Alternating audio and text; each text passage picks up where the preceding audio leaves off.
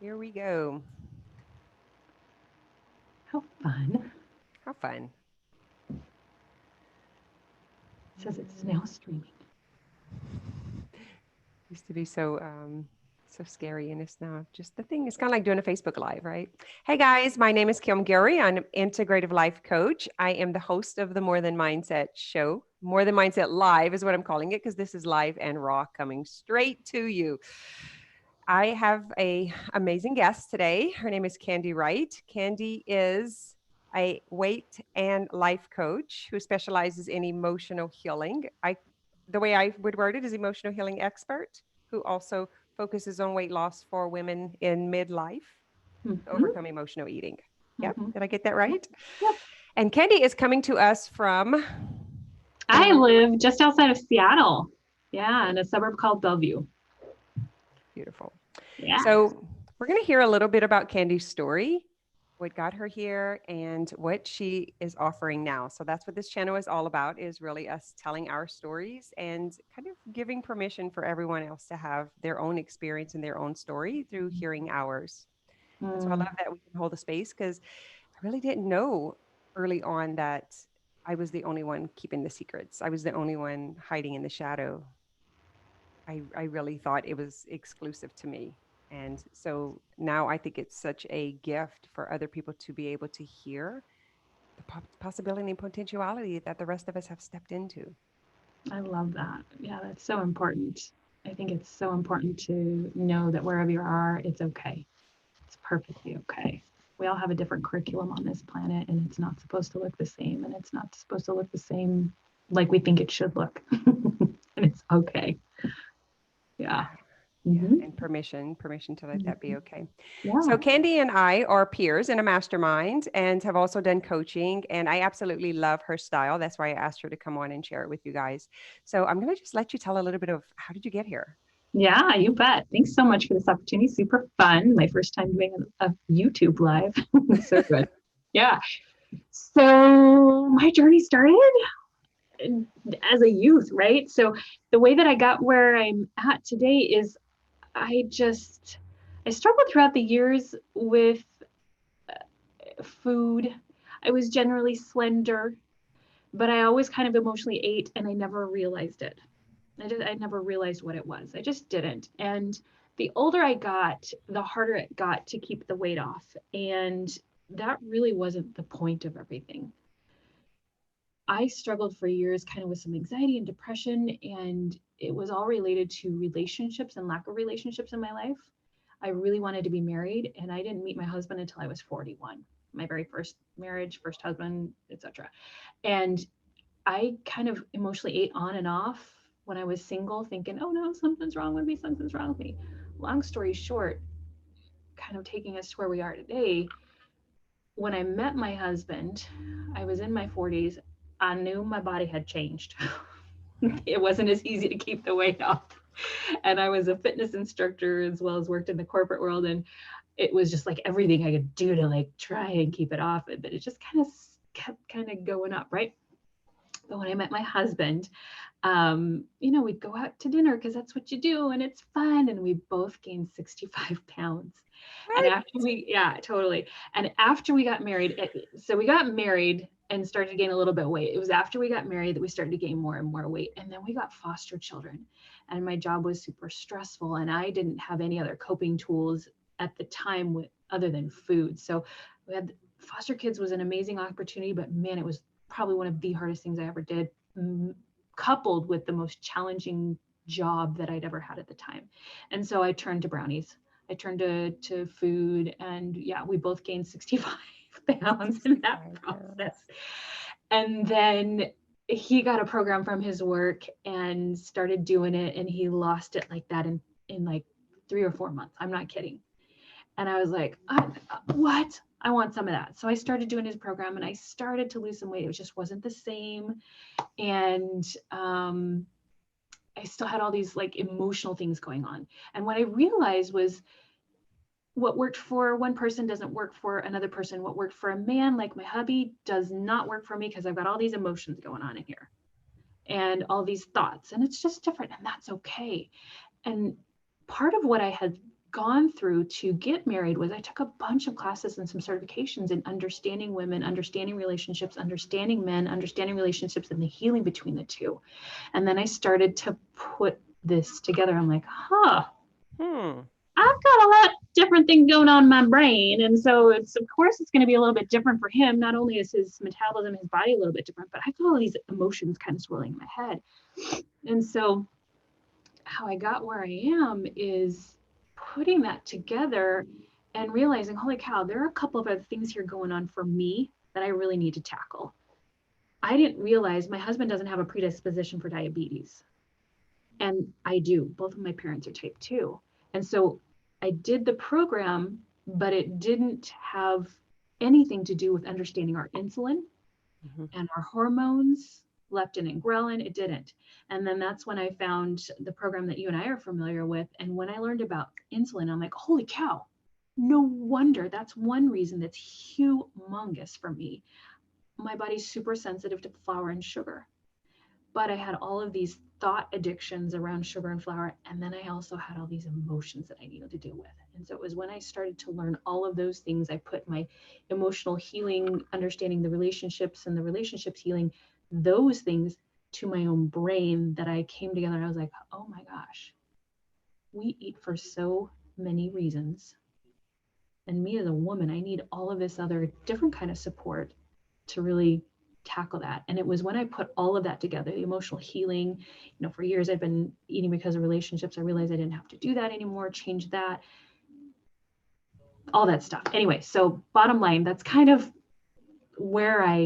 how I got where I'm at. I put all of this knowledge together, and now that's what I do for a living, is I help women, especially in their 50s and up, really honor all of the reasons that we're emotionally eating. And emotionally eating isn't binge eating. I've run across people thinking, oh, that's binge eating. No, that's not what I'm talking about. We eat for any emotion when we are whether we physically celebrate hungry. Yeah, when we're not physically hungry, we might be eating for boredom. We might be eating for pleasure. We might be eating for, lack of fulfillment, dissatisfaction. And a lot of us around this age, we're feeling a lot of dissatisfaction because we're getting to that midlife, and we're having kind of our own conversations with ourselves around our mortality. I mean, it's starting to be in our face, and sometimes it's in our face when we go to the doctor and our A1C's up. We're like starting to be pre-diabetic, which is what I had started to do. So we're having dissatisfaction, thinking, gosh, can I live my life like this in my body? Or can I live my life like this in my relationship? Can I live my life like this in my job? So lots of different reasons, I think, that are a little bit different than when we're younger. When we're younger and we're kind of emotionally eating, we're trying to fit in. We're still kind of fitting in now, but it's different. You know what I mean? But it's just different. Like, we're so worried, and so are people going to like me? And the older we get, we care a little bit less than that. Is that making sense? Yeah, for sure. I think it'll always be with us, right? Because are we ever good enough? Will we ever think we're 100% good enough and accepted enough? I mean, there's always going to be a little something. I think. Yeah, a little something. But could you know what I'm talking about? Like, when you turn 30, I don't know. When I turned 30, I was like, maybe I don't have to deal with so much crap. And then when I turned 40, I'm like, yeah, I don't think I have to deal with so much crap. And the closer I'm getting, to 50, I'm like, huh. I get to decide, you know what I mean? I mean, and yes, absolutely. There's still a little bit like, am I still going to fit in the tribe, and whatnot. But anywho, there you go. Yeah, I love that. I really love, like, what's the punchline that brought it all together? And it was the awareness when you connected the dots to the hormones, to the brain, the way the male, the female, like all of that worked together. And you talked a little bit about it, but I'd like to hear, like, for the audience, just to kind of go a little bit deeper into that, because you're not just talking weight loss for women over 50. You're talking about emotional overeating, like stopping the emotional overeating, not giving someone a diet or a meal plan and so I'd like to hear you talk a little bit on the difference of that. How maybe was that your concept, that it was just dieting, like when you saw your husband dieting, and then once you made the realization, how would you like, it's really holistic. Yeah, because I mean, what we've all kind of learned growing up is diet and exercise. But what I learned for myself was, no, it's like everything. It's my brain, body, spirit. It's everything. And yeah, it's emotional healing, at least for me. going through that process of healing my heart. I mean, if we want to kind of go back, like starting to heal my heart around letting someone love me older, letting that love in, going into different parts of my life where I was feeling unsatisfied and dissatisfied. Like I was feeling super dissatisfied in my job. I even quit it at my peak weight at 200 pounds. Like my whole body was falling apart. I was feeling so dissatisfied. There was so much emotion there. And then it really kind of was, and I guess kind of going back to what you were saying, all these emotions, kind of some of the underlying emotions came from these thoughts. This isn't what I want. This isn't who I am. I need something. This isn't good enough. I'm not good enough. And there's always kind of, or I'm not doing it right. Or, there was some of that underlying piece there. But that's what we all kind of have swirling around in the back of our minds that my husband didn't have. He doesn't have thoughts like, I'm not good enough. It just doesn't occur to him. Most men don't have thoughts like, I'm not good enough. The testosterone in the brain has it be so single focused that it's like, no, I'm focused on getting my result produced. That's what they think. But our brains are like, how do I stay alive? How do I stay safe? What am I doing wrong now? That's what the female brain instinctively does. So there's all that chatter, all that noise. And girl, And the to food will us, go in, right? that staying alive and that worry, it's about this fitting in and belonging, and like, that is like almost like this the worst thing possible, right? Is like that being eliminated or not being a part, like that's Not being safe. yeah. Not being safe. Kind of underlyingly, what I've learned about women's brains is we have this underlying need to feel safe. And men also don't experience that the same way. I've been in several rooms with hundreds of people, and in the questions asked, I've even, been the facilitator for the classes too. And we've asked the men, like, when was the last time you feared for your physical safety? And the guys are like, and they have a really hard time thinking about it. And then we've asked, okay, ladies, when was the last time you felt your physical safety? Like maybe a guy would be like, when I was like 6, I was in a fight with Billy, seriously, that's like the last time. That was it. Yeah. And then in a mixed room, women and men, well, let's say ladies, when was the last time you felt like unsafe, even just like for your physical safety, right? Within the last year, every arm goes up. Within the last 6 months, every arm goes up. Within the last month, pretty much every arm goes up. Within the last week, almost every arm goes up. Within the last 24 hours, probably about 75% of the room goes up. We have this heightened sense of, am I safe now? Am I safe now? Am I fitting in now? And that's not wrong. It's just something to understand. But what that has us do is always be hypersensitive about what's the problem now? What's the problem now? Okay, how am I doing it wrong? How is this me? What have I done wrong? That's usually what it sounds like. What have I done wrong? Something's like that. And it's noisy. It's really noisy and it's painful. Yeah. Would you be able to answer the question, so why food? Like, could you describe to the audience, like, what food does that, like, why go to food? Yeah. Well, think about that noise that we haven't known how to understand in our heads. Those kind of background voices that are, okay, I've done something wrong, or I'm wrong, or that's not good enough, or oh no, am I safe now? It's really emotional in the body, and it's very uncomfortable. And the very first thing that our brains are wired to do are, avoid pain, seek pleasure, and do it in the easiest way possible. And so the fastest way to avoid pain and seek some pleasure is the brownie or the donut or the bag of chips, because it's such a concentrated food that gives you such a concentrated, quick high. It literally numbs out the brain. So of course, when your brain's so noisy and has all these judgment thoughts about yourself so much more loudly than men, a good majority of us turn to food. Some of us turn to overworking. Some of us turn to over-exercising. Some of us turn to other things. I know somebody who over-cleans. Like, that's kind of, people, they giggle at me. They're like, over-cleans? Like, no, yeah, it's at the detriment of her family, right? And has caused a lot of actual pain. So I can see yeah, that though if it's for control, right? We just yeah. we just We need don't to feel control safe. So you something. have to like feel like you got to control it. And I can put something in my mouth and at least give myself a little bit of dopamine hit so I get a little bit of relief. That's really what's happening. Yeah. Yeah. I think that was a game changer for me too, is to really understand like, whoa, whoa, whoa, like like if you can stop it right before, and even though like the brain is still like looking for the chew toy and like really wants to grab it, if you ever just stop it right before and Mm-hmm. see all of that, but it is so uncomfortable if you don't have the tools. I can see Mm-hmm. how it's like, well, next time, or let's just get it over with, or let's Mm-hmm. get it out of the house and let's finish now. So what was your biggest breakaway point from that? So now that we're in there, so you figured this out, but we know it's not that easy. What were the things that you struggled with? And I want you to, like, I'm asking you this just because the ones who are listening to this, like, will Yeah. be able to relate to that. And we kind of forget when we're not there anymore Mm-hmm. how it was, right? No, totally. So such a great question. Even before, I'm trying to remember exactly the events. I think I even tried a couple of coaches that weren't affiliated with things that you and I know before my husband even tried it. And I remember I had, yeah, two coaches. And I remember thinking one of them was like, okay, so this is what you want to just do, work on this one thing this week. And I remember feeling like, are you kidding me? Are you kidding me? And that's so hard. I don't think I could do it. It was that thought.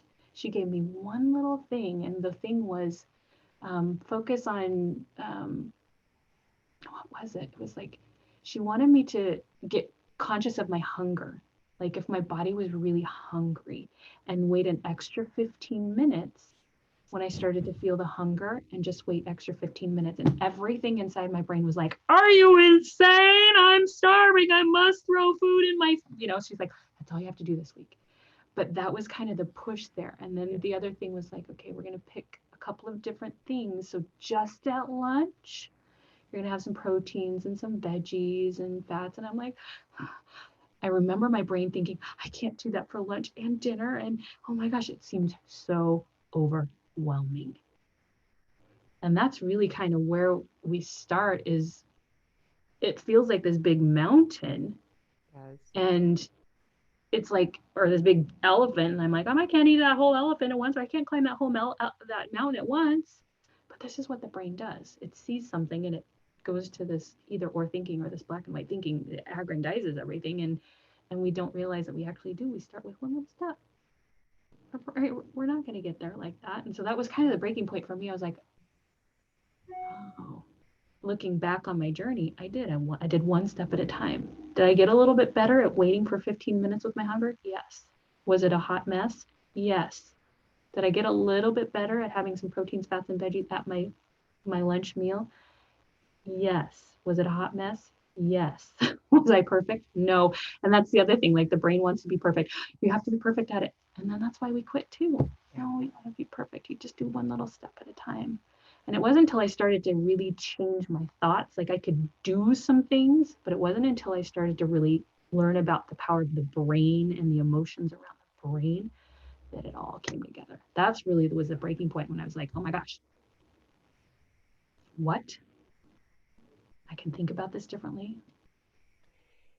Which brings me to my next question, which is, without the tools in place before the restrictions, like what has been your experience with that? Because I know you take your clients through these baby steps when our brain is like, no, no, no, we need to lose the 50 pounds now. Like if I could just lose it now, because that's the focus, right? We think that everything's going to be great once we lose it.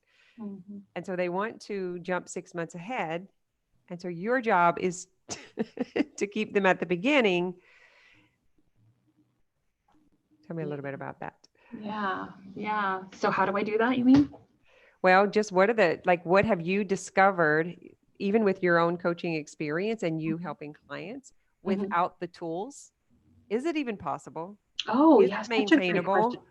Is it like that's been my experience. Mm-hmm. Lose and gain the same weight 100 times because we don't have the tools in place. Yeah, yeah. So If I hadn't, the thing that really changed things for me is you have to make a commitment to yourself to figure this out no matter what. Now, when I started this journey, the tools that I finally had that solved it didn't exist. Like I hadn't come across them, but there was something inside me that said, no, I'm not going to live this, this unsatisfied, painful body life. So that's the first step. So that's where I start my clients, was we start on, I'm committing to me. I'm committing to love me. And then without those tools, it took me a couple of years to like find different things. I lost part of the weight. And then, like I said, I tried books and programs and all these kinds of things. And without the tools, the brain tools, it was kind of just like, I'll stay here. I can stay here. I can stay here. I'll gain a couple. Oh gosh, I'd lose a couple. Okay. But I never felt secure in keeping it off. It wasn't until I found the brain and the emotional tools and put it all together that I was like, oh, I just get to decide that this isn't going to be a problem anymore. Now, this isn't going to be a problem anymore.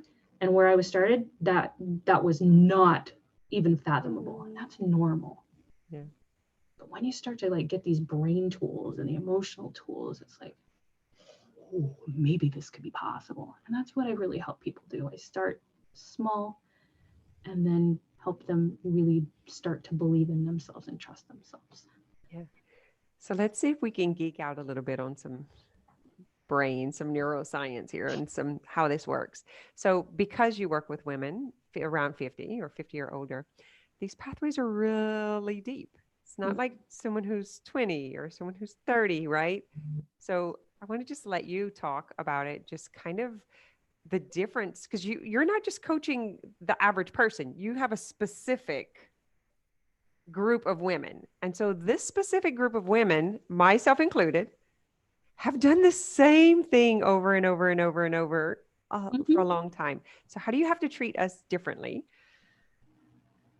I think it's such an interesting question because I've actually had clients in their 20s and in their 30s and in their 40s, as I was refining my process and whatnot. I've focused more on my ladies in my 50s. I think the only thing that would be different, honestly, Kim, is just honoring that we have all lived that journey, meaning we've done this many times. Because gals in their 20s, I have had a client that has been in her 20s and she's been fighting this for years herself mentally. So I don't think it's necessarily mutually exclusive. The challenges are a little bit different because when you're younger, you are so not understanding your brain and so have so much of the estrogen that just like makes you so worried about what people think. So that is different.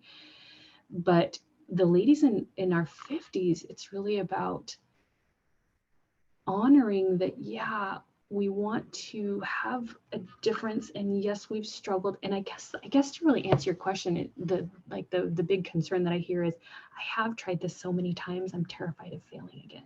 Right? Yes, that's what I'm talking about. So that's the story really on top of the story on top, because the brain has sought proof for so many years, and so the evidence. Yeah, and I don't think it's that different. Okay.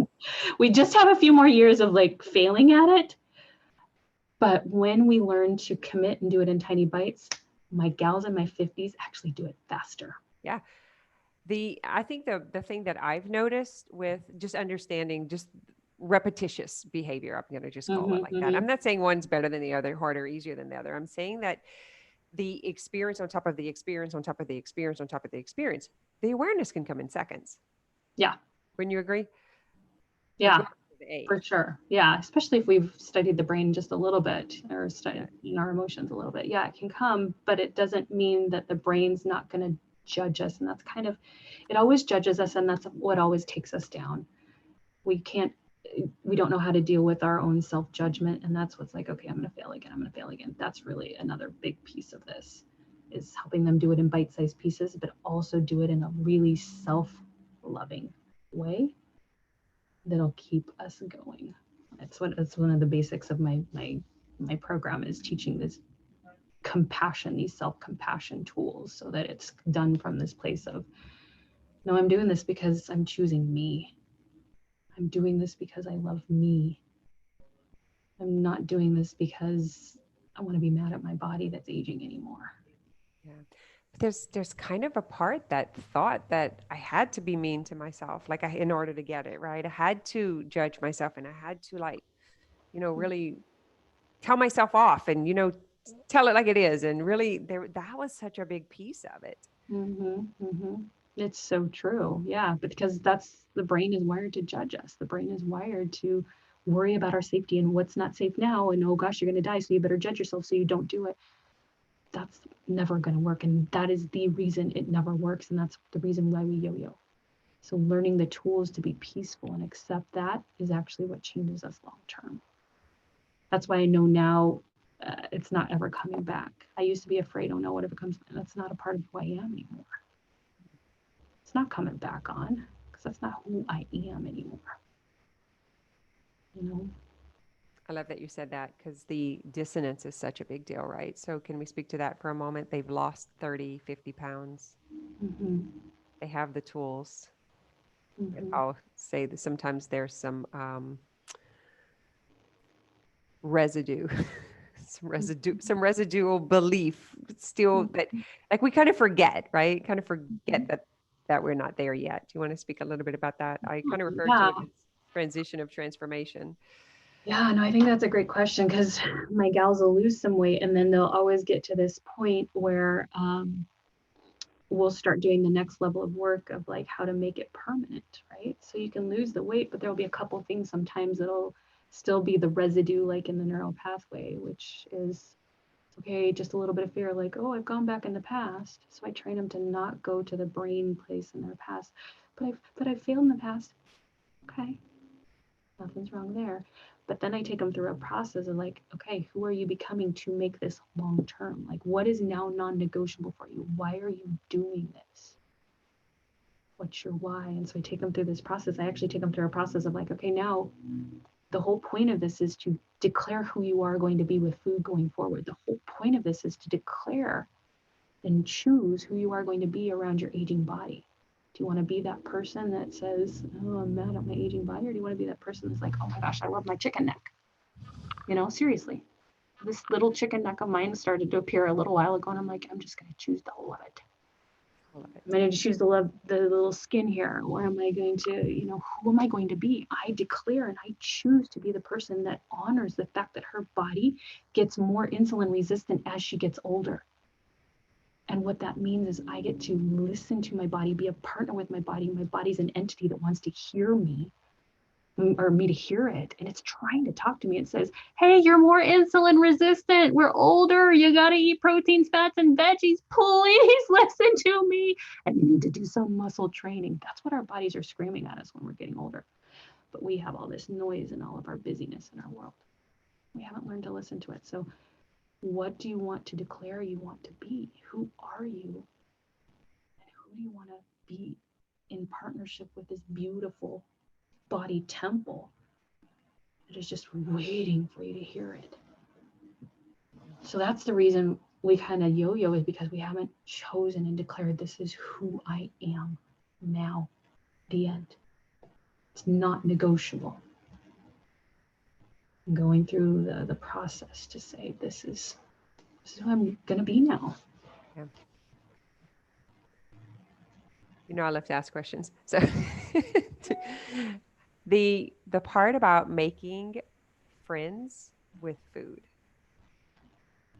So it's a different person, right? So they see food differently. There's a different understanding. Now they have a toolbox they can go to. There's lots of reminders there. There's lots of navigating that can happen from those tools.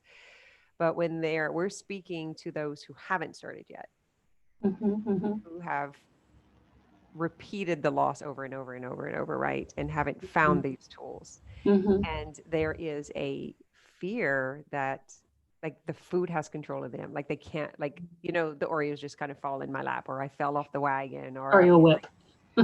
I know I hear this often. So I love, it's like, I want to keep venturing us back to those who haven't achieved it yet, because that's really, it's to instill hope, and I'm trying to get into where my mind was and where their mind is and where mine still goes sometimes. And kind of keep venturing in and out so that we can be in possibility and potentiality but then we're still in this probability, what they think will probably happen. Yeah. Yeah. Because at 50, if they've done it a few times, and there's Mhm. people around them that have certain experiences, and so they may be doing this by themselves, right? They might not have the proof that it's possible. Mhm. Mhm. Yeah. So speaking to, they just think it's going to be hard because this food is around all of the time. Mhm. Yeah. Yeah. Such a good question. So what we're trained is understanding how the brain creates thoughts, right? And so the food's around all the time. We just think it's a fact and it jumps in our mouth. Just because the food is there does not mean it jumps in our mouth. There is a hand in between, right? And so it's really understanding the software programming of our thoughts that to stop that, right? Yeah, the food is around and it's really frustrating. And when we're thinking it's jumping in our mouth, there are a couple things going on, right? Our insulin isn't working and it's kind of pulling it in because it turns off our leptin, and our leptin says, hey, stop. And when the leptin's working, you don't feel hungry, you know when to stop. So it does kind of feel like, oh, it's jumping in my mouth. So there is that. So that's honoring that insulin. But yeah, you're absolutely right. It feels so hard, and that's normal because we haven't figured out the little steps. It's so normal. Food's there. It's everywhere. And again, it's little by little. I don't know if that answered your question. Tell me what else you're thinking. What's your I think that they think it's hard. They think it's going to be hard, yeah, and that the food is going to always, it's always, in other words, it's always going to be a threat. And I know you know better than that. And so I just wanted you, kind of like me saying, like, oh, it's always going to be a threat. It's always going to be hard. And then you being able to come back on that and settle me down in order for them to get settled down. yeah, right. Of course your brain's going to think it's hard. That's what I tell my clients. You know why? Because that's what brains do. When we haven't figured out the toolbox and it hasn't become part of who we are, it says it's hard. Our little inner child comes out and says, well, I don't know how to do it. That's okay. Of course. So we work on accepting that part first. We work on totally your brain's going to say it's hard. Does not mean it's true. Does not mean it's true. Because if you think about that thought, it's hard. It's basically kind of telling yourself you're not capable. And if every single one of us powerful women, which we are, really heard what that was saying, it's hard. Something inside your head is telling you you're not capable. Are you serious? Step it. You know what I mean? You know what Yeah. I mean? Like it's kind of this little code word for it's too hard, you're not going to be safe. No. What if you really were capable?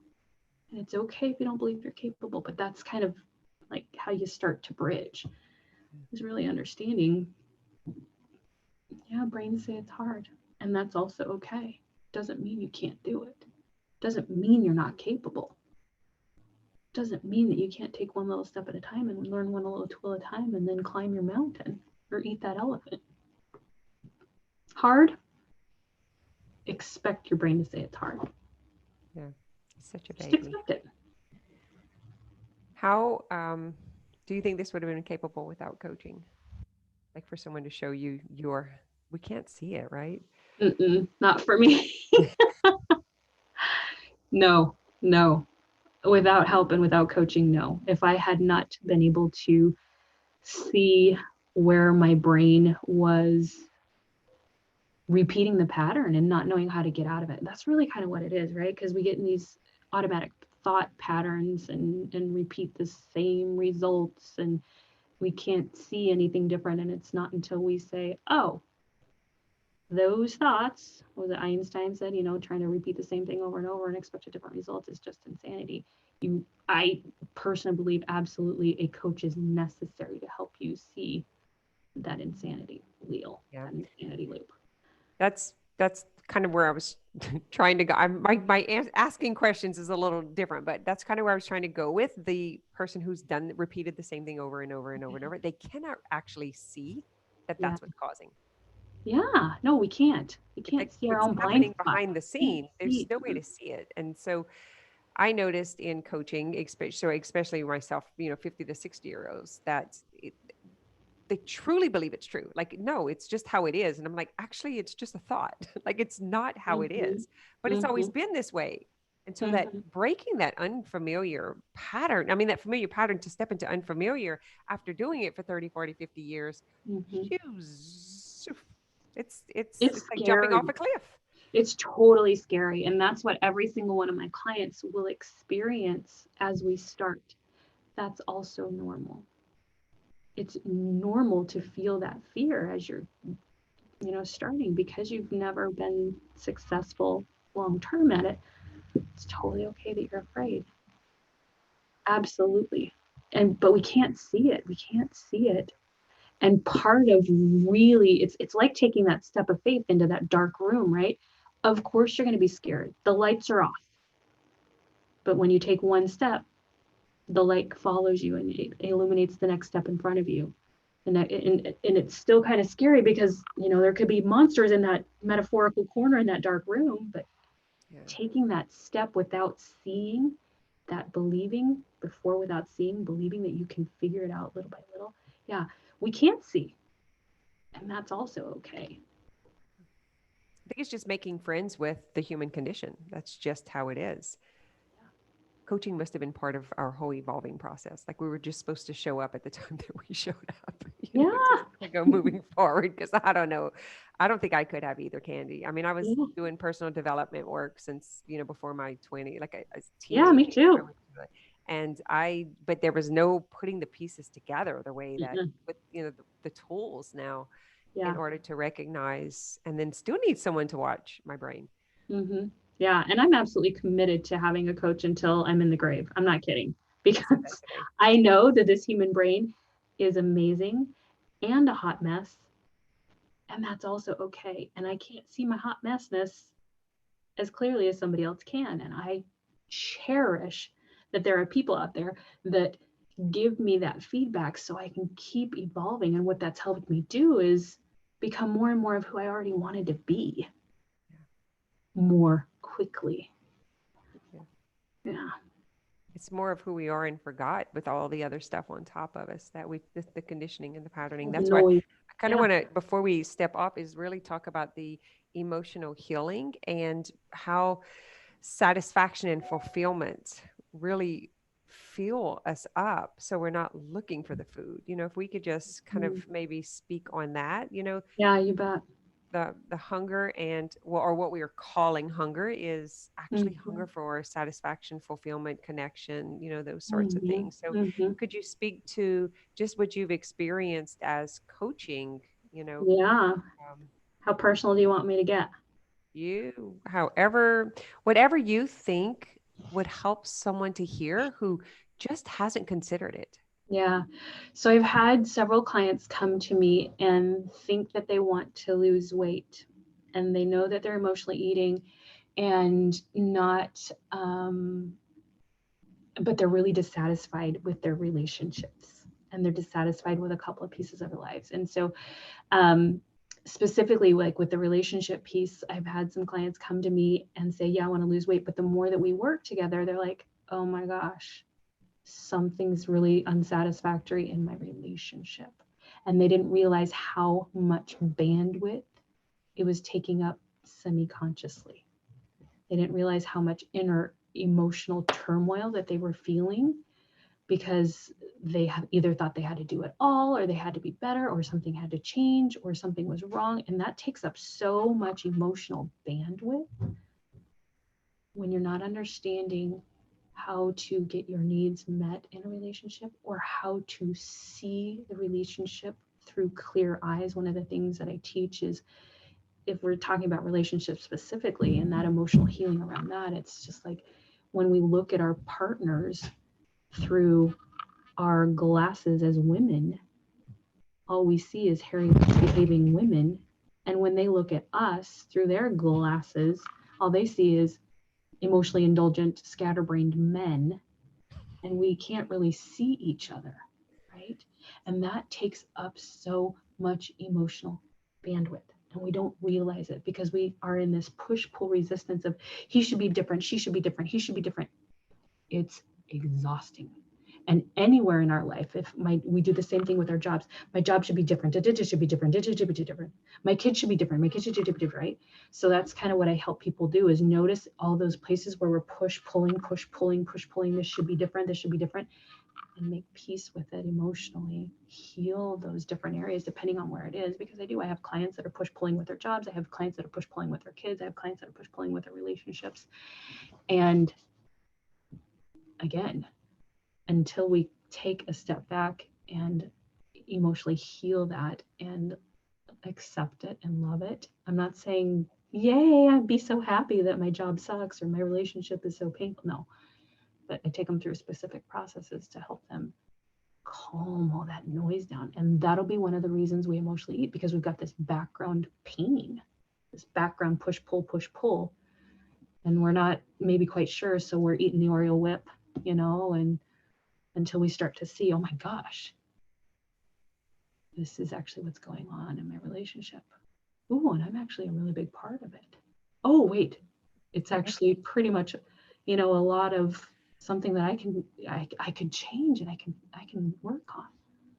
This is something that I do actually have an ability to make it, make a result with, to change, to yeah. So I think that was one of the biggest surprises for me, is that it just takes one person. You hear that it takes two people, like both need to make the change and both need to, but it's in us. I think that really surprised me in several different areas, that it wasn't about him believing if I could be successful in business or not. It was about me believing it. It wasn't about him believing if I could lose weight or not. It was about me believing it. It's just the brain uses the drama of that so that it doesn't have to feel the discomfort of the change. We're so afraid of change, and we're so deathly afraid of staying the same. Yeah. And I love how you pointed that out. That's really so fun. We're deathly afraid of change. But if we really got super raw and honest with ourselves, what are we more afraid of? Probably staying the same. For sure. That sounds Until so much more painful. in my experience, until that pain of staying stuck exceeds the fear of moving forward, and the pain of staying stuck, like those two kind of need to get to a point to where it's like, I don't even care how scary this is.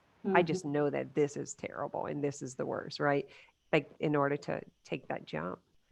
And the fun thing about that also too is, like, we can actually choose to do that. We don't have to wait until something happens where I get to my breaking point. We don't. But I know.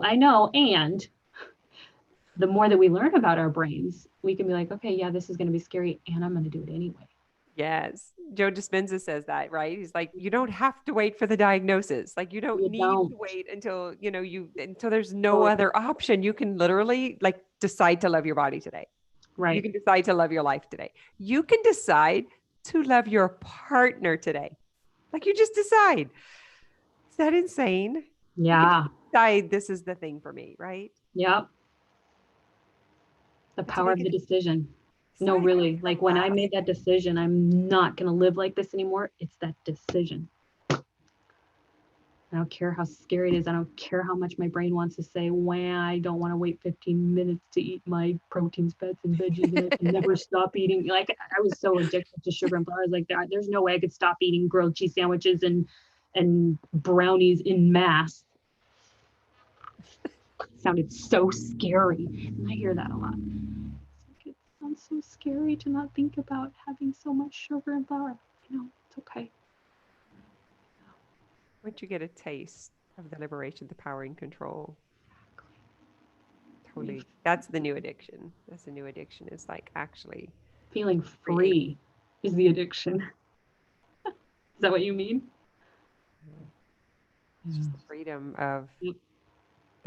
and the availability of everything is on the side. You just have to find one area to do it in. So if you're weighed down with it being weight, then just target that. Just find one, whether it's weight or relationship or career or just one. You can just find one. But Candy, the brain doesn't want to. It wants the whole darn mountain. It wants the whole picture. It wants Mhm. I want the kids and the husband and the Winnebago and the camp at Lake Tahoe and the wants Mhm. all of it. And he gets absolutely nothing because that illusion becomes the distraction. Mhm. Yeah, so true. So how would you talk to that person? When they're getting distracted, you mean? Yeah, where the overwhelm of wanting it Mhm. all, Yeah. it stops them from making any decision or any step forward. What would you tell them? Well, what I would really do is just get clear on what their brain's telling them, because when we're experiencing the emotion of overwhelm, there are multiple thoughts that are going on at once and multiple emotions that are going on at once. So we tackle them one at a time, same way, same thing. Overwhelm is the manifestation of I've got this thought and I've got this thought and I've got this thought and I've got this thought and I've got this to do list and this to do list, and it's just too much. So the major thought that's going on there is it's too much. I can't, right? Mhm. So you pull it apart one at a time. I start there and understanding the woman's brain that way I do. I call it either emptying the basket or vomiting up the trash. So you just vomit out every one of those little that's causing you overwhelm. And then we start with one. We start with one thing and work on that. Hmm. So good.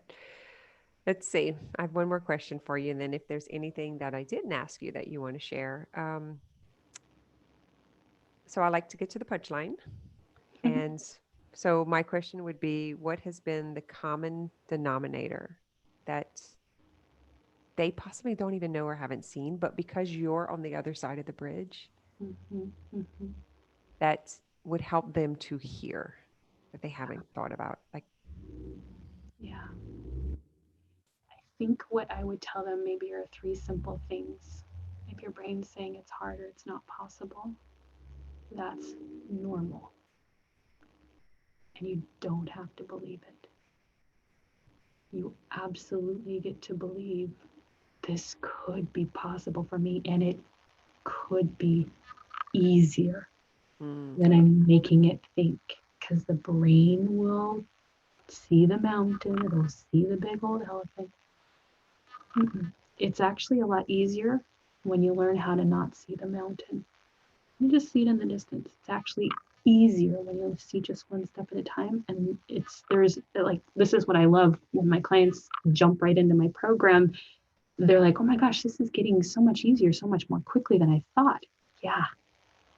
When you learn those tools, I want you to hear it can be easier than your brain thinks it's going to be. Does that mean you're not going to have to do some things? No, I call it putting on the emotional barbell and strengthening your brain muscle, but it's not as hard as you think, and it's totally possible.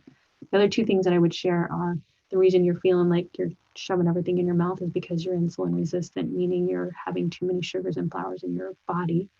And that's something that increases as we age, and it's something to honor and not be enemies with. And then there was one other thing I wanted to share with you. Oh yeah, and it's all about making understanding the thoughts in your brain. It's really all about understanding the thoughts in your brain. And when you're in this place of it feels hard, you can't see the thoughts in your brain. So of course I'm gonna, make a plug for coaching, helping getting some help seeing the thoughts in your brain so that you actually become the person on the other side that keeps it off for good. For sure. I love that. I know it's been the game changer, not just for me, but for the listeners too, who now understand what coaching is. It's just being able to see what we can't see and unveil it, uncover it so that they can understand it. Because once we understand it, we know what to do. We don't need anyone telling us what to do. Right. That's a good point. Because some people will come like, I need accountability. What I help people do is build self accountability. When we get coached, we're like, oh, then we start building these self trust muscles so that it becomes who we are. So we don't have to have accountability in that one thing anymore. We get better at that, right? So I'm always working on getting better at the next thing. That's why I'm always going to have a coach. But I don't have a coach for health anymore because I've completed that. Now I'm coaching with the next thing. But yeah, I think that's a really good point. All right. Is there anything else? We're at the 50-minute mark. So I want to give those who are here an opportunity to ask questions. If they want, guys, you can just post it in the Q&A or chat. And I'm going to take this off of YouTube once you Okay. like No, it's just been an honor. It's super fun. If you ever want to get in hold of me, you can find me at candywright.com. And for any of your listeners, I have a free course that I'm offering.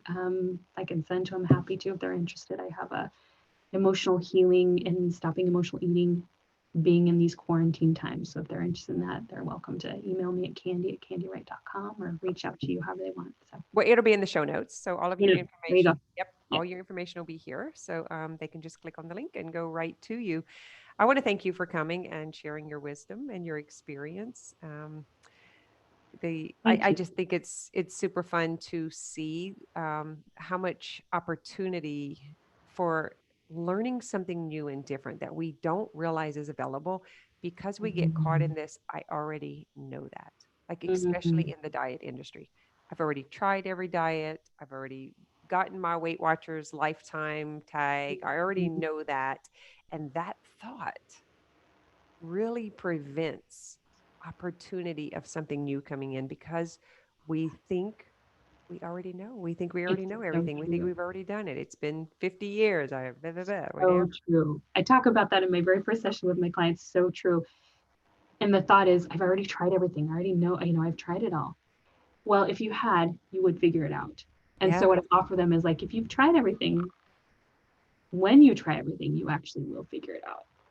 That's kind of how I help them start to see, oh, 100%. maybe I haven't tried everything. I see that a lot on my applications too. And I'm like, but here's the thing. You haven't tried it as the person you are now. Yeah. Yeah. That you become through the coaching, through the process, through the transformation. It's just the brain telling you you've already tried everything, but that's as the other individual. That's the older version. Yeah. So The true. trickster. It's a trickster. So true. Let me turn this off.